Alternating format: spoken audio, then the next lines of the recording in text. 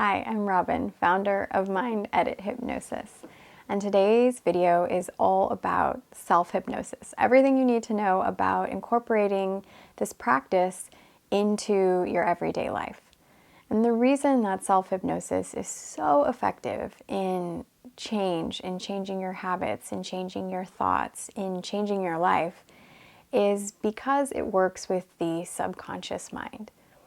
In hypnosis, when you're in a natural theta brainwave state, you're able to bypass the critical functions of the conscious mind and access the subconscious. And in this state, the subconscious is a little more suggestible. And the subconscious houses everything, so from bodily functions to values to beliefs. And most of these, emotions, everything's in the subconscious. It's like 90% of all your brain stuff is there. And so when you start working with it, what you'll discover is that a lot of these limiting beliefs, a lot of your patterns and behaviors have been set, sometimes since childhood. Wow. Anyways, so to get back to the self-hypnosis practice, I like to think of it as like the 4 R's. So the first is relax, the second is recite, then replay, and then repeat. So going back to the first R, which is relax, it is imperative that you relax your entire body.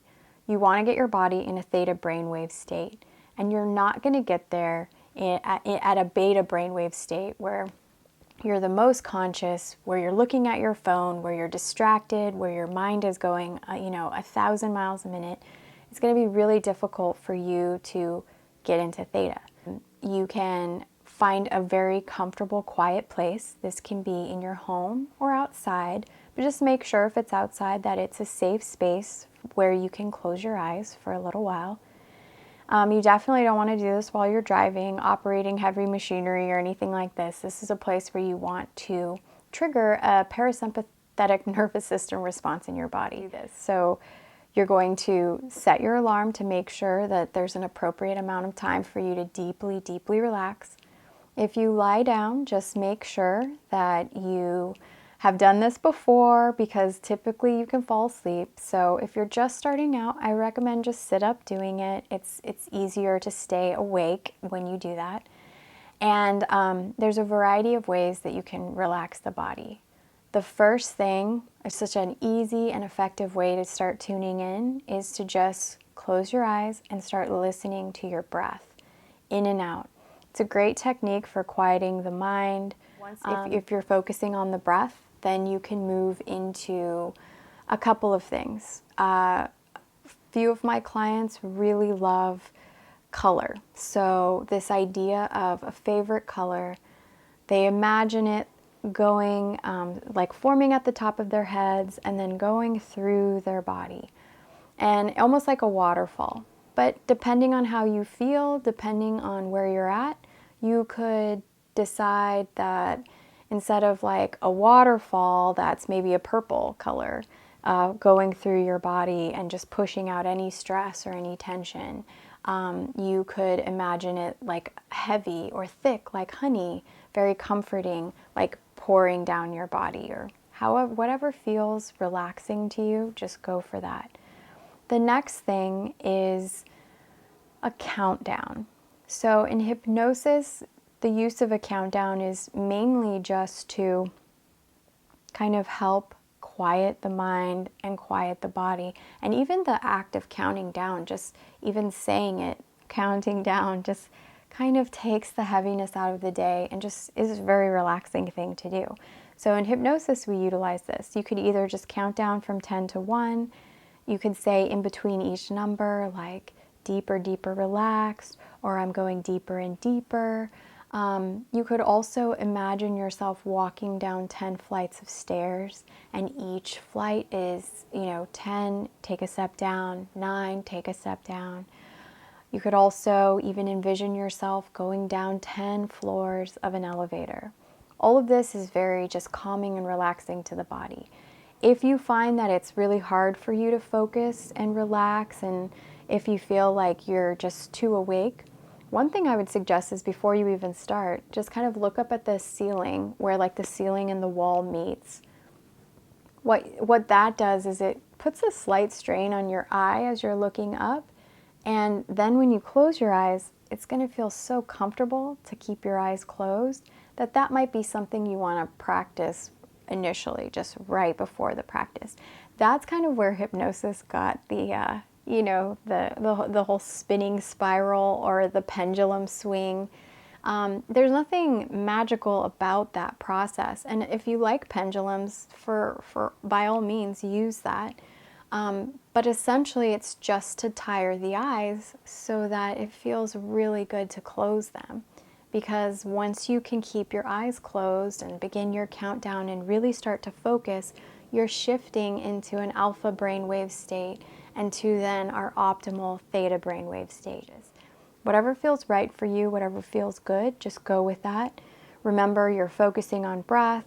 You're thinking about your favorite color running through you. If you feel like you require or you have more time, sometimes you can even envision like this light forming from the galactic center of the universe, and just imagine it traveling through space and time till it finally reaches you and travels through your body, purifying the body, every part of the body, starting with the head, all the way down to the shoulders, to the arms, down the torso, down the legs, and out the bottom of the feet. You can also even envision the light pushing any tension or bad energy, stagnant energy in the body, all the way down into the center of the earth. You can then visualize it being transmuted, any negative energy being transmuted into butterflies, into magical fairy dust. You can envision it being transmuted into a beautiful flower, a gorgeous tree, something that makes you feel calm, peaceful, empowered. Whatever that image is for you, anything that puts you at ease and keeps you relaxed, just go for that. So as you can see, there's a variety of ways that you relax the body. Breath, color, focusing on something traveling through space and time to reach you. Everything's inviting, everything's calming. And then after you feel adequately relaxed, and by adequately relaxed, I mean there's no tension in the body. You feel calm breathing in and out. You feel really relaxed. Then you move on to recite. And that's where your hypno affirmation comes into play. So the reason you are even doing a hypnosis practice, your self-hypnosis practice, is because there's something you want to work on. There's a habit you're looking to change or improve. There's a life that you want to live. There's a way you want to be. There's a person you want to be that you currently feel like you're not in alignment with. And this practice is going to get you there. So think about what that is and put that in present tense. Every day, in every way, I take action towards my goals. Or I am becoming more and more joyful. Keep it positive, keep it in the present tense. If it's a far-fetched goal, like let's say it's something for weight loss and you have a ways to go, you don't necessarily just want to say, I'm at my ideal weight, because that doesn't seem very believable, or it's a suggestion that the subconscious mind might not really be latching onto. So every day, in every way, I make the best choices. I make the healthiest choices for my body. We see that those kinds of hypno affirmations can be really effective, especially over time. And it's something that feels believable and manageable and something you could really do right now. And so what you do is, depending on how much time you have, you repeat that hypno affirmation over and over and over again. 5 times, 10 times, 21 times if you can. That's kind of a sweet spot number. 100 times if you have the time. Just repeating it. Remember, you're creating a new thought. You're creating a new neural pathway in your mind. And in order to do that, it requires repetition. Because over time, due to neuroplasticity, you're going to be able to create and reinforce and strengthen in your brain that thought that you are a healthy person, that you make healthy choices, that you take action on your dreams, that you do this or you do that, you know what I mean? You become that person over time because it becomes a belief in your mind. So that is our recite. And again, however much time you have, like take some time to repeat that over and over in your mind. If you find that your brain wanders, come back and keep repeating it. Remember, this is for you. This is to make you feel good, to change your brain, to change the chemistry in your brain, to fire those thoughts that best support your goals. And then the next part is my favorite part. It is replay. So you're going to take some time to sit with that outcome. Become that outcome. See yourself in your mind's eye already becoming, already being, embodying that change that you seek so deeply, that you want so deeply. Again, if it's eating healthy, really see yourself.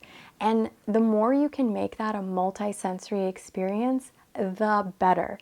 Because if you can like taste the healthy salad, or if you can really see yourself being more outgoing and more confident at work during a meeting, really hear your voice speaking up, or really see yourself leading that presentation and owning it and really being in your own power, that's not only, okay, because it goes back to mirror neurons and, brain chemistry and just like, I don't even know if it's called brain chemistry, but it's just the workings of the brain, wherein if I said to you the word pineapple, a place would fire in your brain wherever it stores what a pineapple is, what it looks like, all of that. And if I went to the store later on, if I go into Whole Foods and I actually see a pineapple, the same place in my brain is going to fire. And what that means is that my subconscious mind doesn't differentiate between what's imagined and what's real. So the more that we can present to the subconscious mind the vision, the experience of what it is that we want and who it is we are becoming and who it is we are, and getting in alignment with that, then the subconsciousness is not only more likely to accept it, but again, we strengthen it every single time that we bring that encounter into our minds, and we do that through this practice. So really making it real for ourselves is, a way to strengthen the work that we're doing when we're reciting that hypno affirmation. And really see it, like really make it real. Like you hear it, you see it, you touch it, you smell it, you taste it. Like everything that you can do to really make that visualization feel really real, do it.